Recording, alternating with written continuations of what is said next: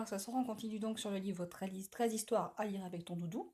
Et ce soir l'histoire sera la graine de monstre. Donc nous sommes sur une histoire grande trouille qui est censée faire une grosse frayeur. En tout cas des petits frissons dans le dos pour les enfants. Tous les soirs en rentrant de l'école, Alex longeait la grille d'une maison qui l'intriguait beaucoup. Elle possédait un étrange jardin dans lequel ne poussaient que des ronces, des chardons et des orties. Il apercevait même parfois une longue silhouette courbée et inquiétante dans la serre au fond du jardin. Il y a vraiment une ambiance bizarre là-dedans, se disait Alex. Ce jour-là, en sortant de l'école, Alex passe comme d'habitude devant le jardin. Mais cette fois-ci, il remarque que la grille est entr'ouverte. Il sent un frisson lui parcourir le dos.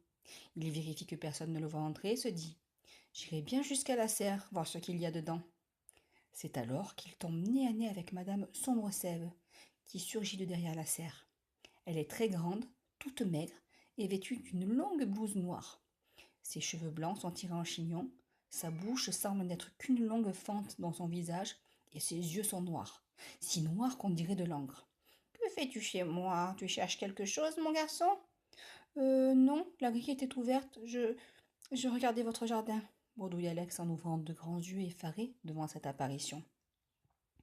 Madame Sombre-Sève semble soudain se radoucir, et elle esquisse un sourire. « Tu as l'air bien mignon, mon garçon. Est-ce que tu aimes les plantes ?»« Oui, madame. »« Tant mieux, tant mieux. Attends-moi là. » Madame Sombre-Sève est bientôt de retour.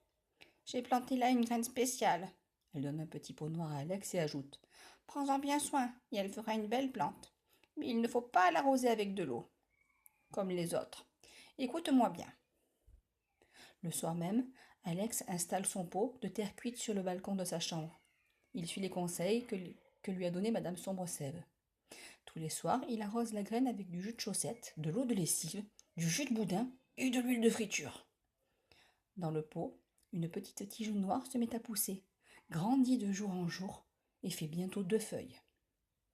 Alex parle à sa plante comme lui a suggéré Madame Sombre-Sève. Bachasserie, barbouille, graissure et pourritasse. Salisserie, fumissure, cradouille et cochonasse, répète-t-il joyeusement en vidant avec application sur sa plante un vieux bidon d'huile de vidange qu'il a trouvé dans le garage. Alex continue d'arroser sa plante avec tout ce qu'il trouve de plus affreux, et elle grandit à vue d'œil. Un jour, en rentrant de l'école, il découvre un bourgeon. Il s'approche du bourgeon noirâtre et craquelé, mais soudain, ses cheveux se dressent sur sa tête. Le gros bourgeon commence à s'ouvrir et laisse apercevoir à l'intérieur un œil. Un œil qui me regarde, bégaye Alex en reculant. Il court à la cuisine. Il a l'impression d'avoir les jambes en coton. Il prend un grand sac poubelle, s'approche lentement de sa plante et l'enferme dedans. Alex serre bien le sac et dévale les escaliers. Quand il arrive devant chez Madame Sombre-Sève, il tourne la poignée du vieux portail, mais impossible de l'ouvrir. Tant bien que mal, tenant le sac dans une main, Alex grimpe par-dessus la grille. Puis il avance prudemment. « Il y a quelqu'un » demande-t-il, avec une voix un peu étranglée. Il arrive devant la serre, au fond du jardin. La porte est entr'ouverte. Alex pose sa plante par terre. Il va enlever le sac poubelle, mais il n'a pas le temps. Des pas approchent. Alex saute se cacher derrière les arrosoirs, les vieux pots de fleurs et le tuyau d'arrosage. Il entend la voix de Madame Sombre-Sève gronder. « Qu'est-ce que c'est, ce sac ?» Elle se penche sur le sac et le déchire de ses ongles acérés.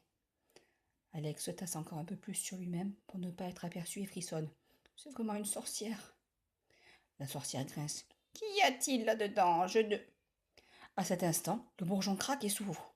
Un monstre ignoble apparaît. C'est une sorte de boule de poil vert avec des jambes et des bras minuscules. Soudain, il ouvre une gueule énorme et se jette sur la sorcière. « Non, non, pas moi, non !»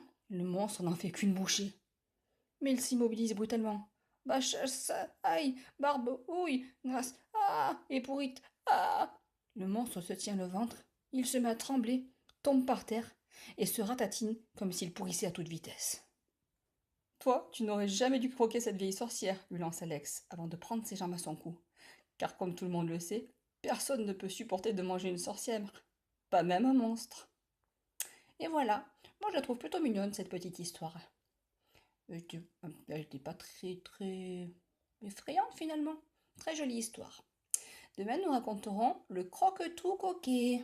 Je vous souhaite une bonne soirée, à demain.